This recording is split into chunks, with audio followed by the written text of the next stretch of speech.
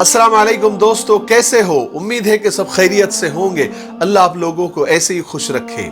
आज का जो किस्सा है बड़ा अजीब है, आपको सुनना चाहिए, आपको अच्छा सबक मिलेगा।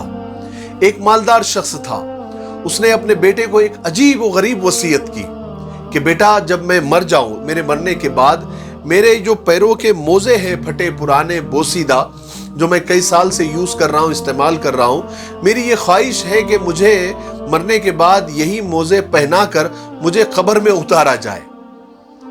वसीयत बड़ी अजीब थी लेकिन बाप की थी। बहरहाल एक दिन ऐसा आया कि बाप का इंतकाल हो गया।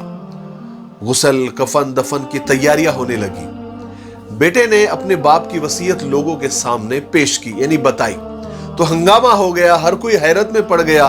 लोगों ने कहा कि नहीं नहीं, ये जायज नहीं है, ये जायज नहीं है।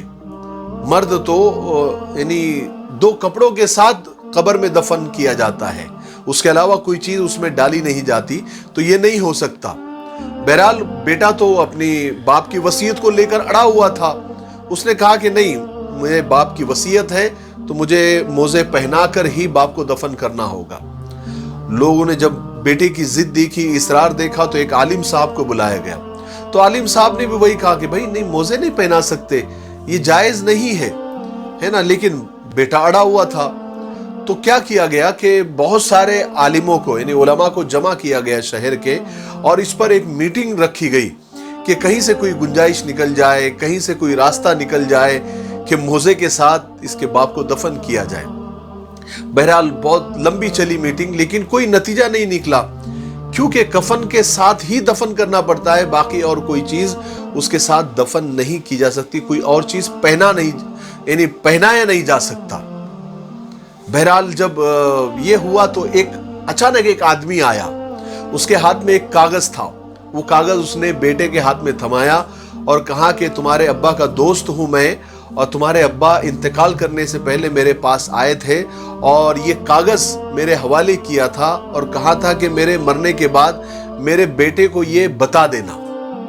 बहरहाल बेटे ने चिट्ठी खोली तो उसमें लिखा हुआ था कि मेरे बेटे, तुम देख रहे हो ना ये सब हंगामा, इतनी दौलत, इतनी गाड़ियां, इतने बंगले, इतने बैंक बैलेंस, इतने कारखाने, इतनी कंपनियां होने के बावजूद भी मैं इतना मालदार आदमी एक पुराना सा इस्तेमाल किया हुआ बोसीदा फटा हुआ मोजा तक मैं कब्र में नहीं ले जा सकता।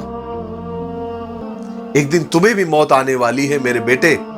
जो माल और दौलत मैंने छोड़ी है या फिर जो तुम कमाओगे, उस पर घमंड मत करना, उस पर गुरूर मत करना, उसका अच्छा फायदा उठाना, गरीबों की मदद करना, किसी को तकलीफ मत देना, बेसहारों का सहारा बनना, यतीमों के सर पर हाथ रखना, बेवाओं की मदद करना, कभी किसी का हक मत मारना। मेरे बेटे आगाह हो जाओ, होशियार हो जाओ, तुम्हें भी एक दिन मौत आने वाली है और कफन के 2 ही टुकड़ों में तुम्हें इस दुनिया से जाना है, कब्र में उतरना है। तुम एक पैसा भी या एक पैसे से आने वाला एक सड़ा हुआ मोजा भी कब्र में नहीं ले जा सकते। मेरे साथ भी और तुम्हारे साथ भी तुम्हारे और मेरे किए हुए अच्छे और बुरे अमल ही कब्र में जाने वाले हैं और उसी का बदला हमको मिलने वाला है। हमारे रब, हमारे परवरदिगार ने फरमाया है कि एक जर्रा बराबर भी तुमने नेकी की होगी तो तुमको उसका भी बदला दिया जाएगा, और एक जर्रा बराबर भी तुमने अगर बुराई की होगी तुमको उसका भी बदला दिया जाएगा। मेरे बेटे होशियार हो जाओ, मरने से पहले मरने की तैयारी कर लो।